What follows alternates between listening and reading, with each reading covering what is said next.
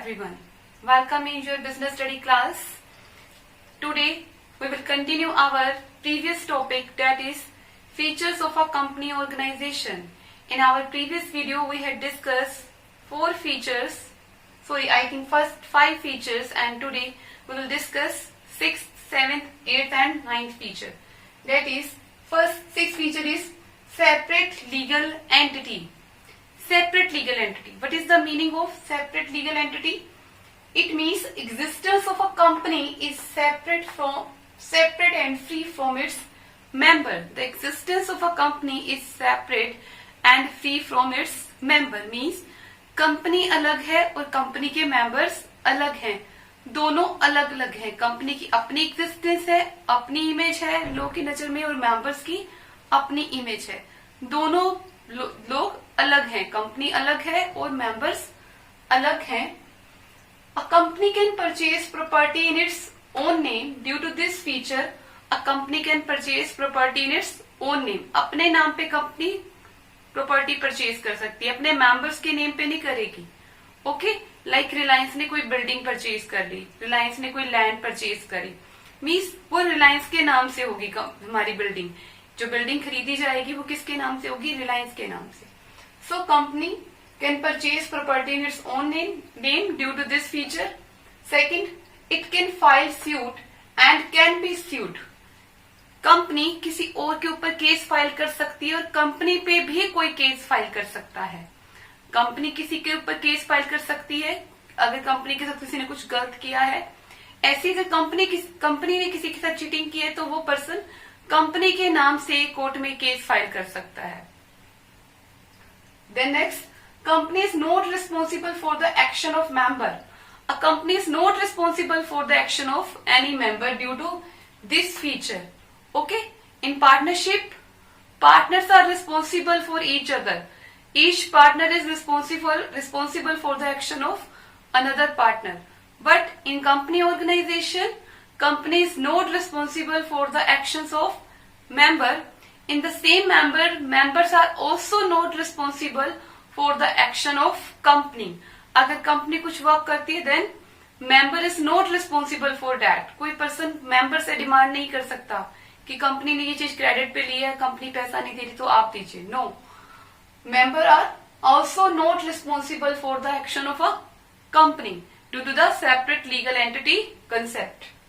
Then seventh, limited liability. In company organisation the liability of the members are limited. The liability of the members are limited. It means liability of the shares is generally limited to the value of their share. एक member ने जितने company में shares purchase किए हैं, जितनी value के, like mister A purchase the shares of Reliance company of 1000 rupees, then mister A is liable only to pay 1000. Okay, mister A कितने के लिए लाइबल होंगे पे करने के लिए? ओनली 1000 रुपीज, जितने के उसने शेयर परचेज किए हैं. Company can demand only the uncalled amount. The company can demand only the uncalled amount. Now, what is this uncalled amount? Like, company का एक शेयर है 100 रुपीज का. One share is equal to ₹100. एक share की value क्या है? 100 rupees. Now the company can not call the 100 rupees. जो ये कंपनी है वो 100 रुपीज एक साथ नहीं मंगवाती है. क्या करती है? इनको इंस्टॉलमेंट में मंगवाती. Like ₹10 on application, ₹20 on allotment and 30 on first call.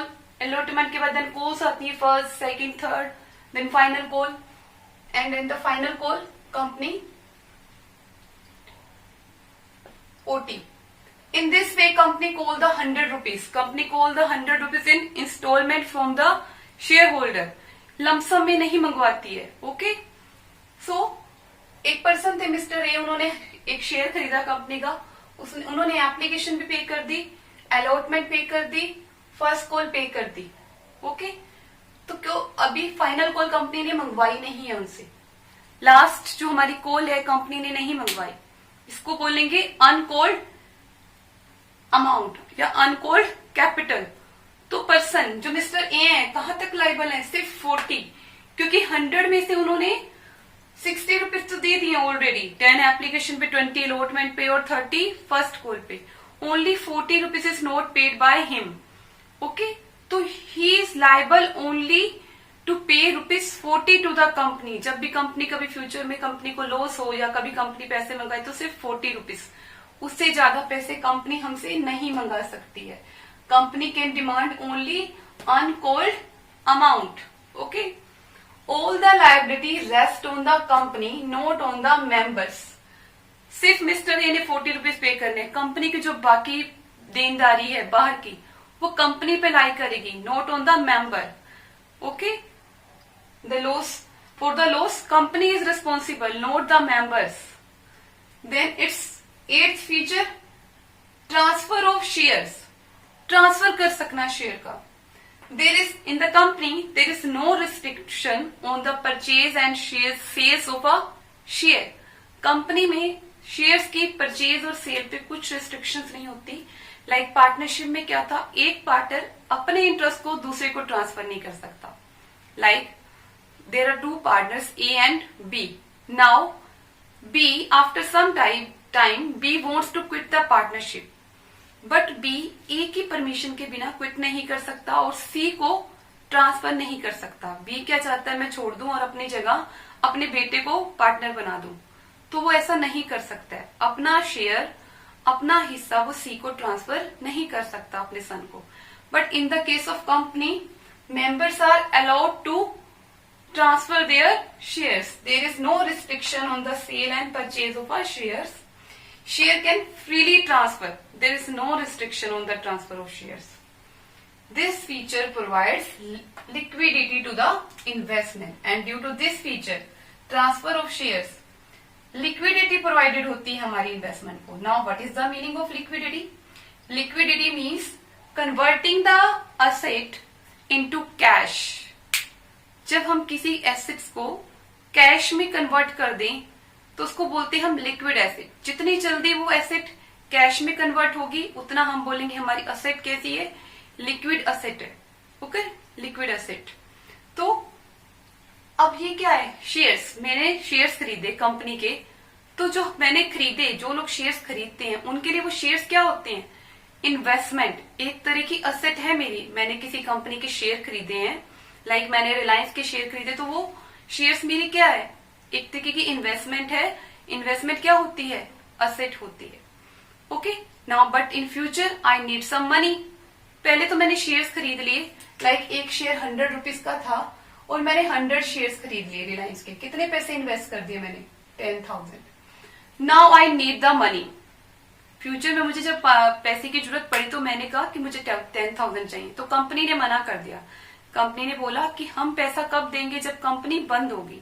ठीक है, मैंने इक्विटी शेयर्स परचेज किए थे, टाइप्स होते हैं शेयर्स के। तो कंपनी इक्विटी शेयर्स कब रिटर्न करती है, जब कंपनी बंद होती है। अब कंपनी का तो लॉन्ग सर्वाइवल होता है, हमने पढ़ा था पिछली वीडियो में कि लॉन्ग सर्वाइवल होता है। तो कंपनी तो हमें पैसे देगी नहीं जब तक कंपनी बंद नहीं होती।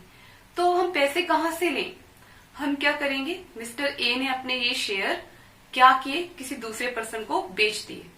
उसको बेचे तो मिस्टर ए के पास पैसे आ गए। तो इस तरह से जो शेयर से किसमें बदल गए, बेचने से कैश में। इसी फीचर ने हमारे शेयर्स को क्या प्रोवाइड करी, लिक्विडिटी। लेकिन अगर कंपनी ने हमारे ऊपर रिस्ट्रिक्शन लगाई होती कि आप शेयर्स नहीं बेच सकते हो, तो उस केस में हमारी लिक्विडिटी नहीं होती। ठीक है, liquidity the merit of this feature. ठीक है, कंपनी ऑर्गेनाइजेशन की एक मेरिट है, शेयर्स की एक मेरिट है ये। Then risk bearing, last point, that is risk bearing. How risk is divided? In sole trade, the whole risk is beared by the sole trader. In the partnership, risk is beared among partners. Some partners, जितने भी हमारे partners होते हैं उनके अंदर बढ़ जाता है।